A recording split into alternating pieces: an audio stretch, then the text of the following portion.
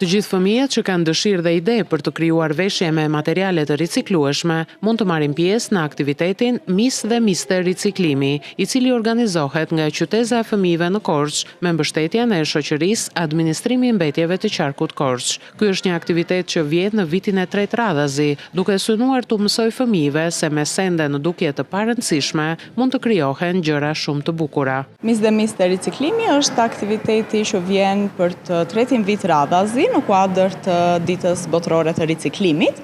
Është konceptuar në formën e një sfilate, konkursi, ku të gjithë fëmijët të paraqiten me veshjet që ata kanë krijuar me materiale të riciklueshme.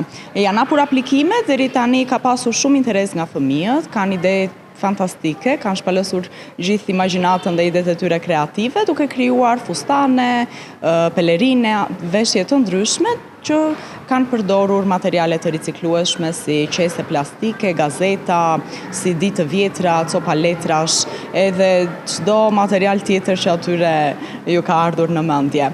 Sfilata pritet të organizohet më 18 mars, duke sjellë idetë dhe veshjet e krijuara me materiale të riciklueshme nga fëmijët korçar.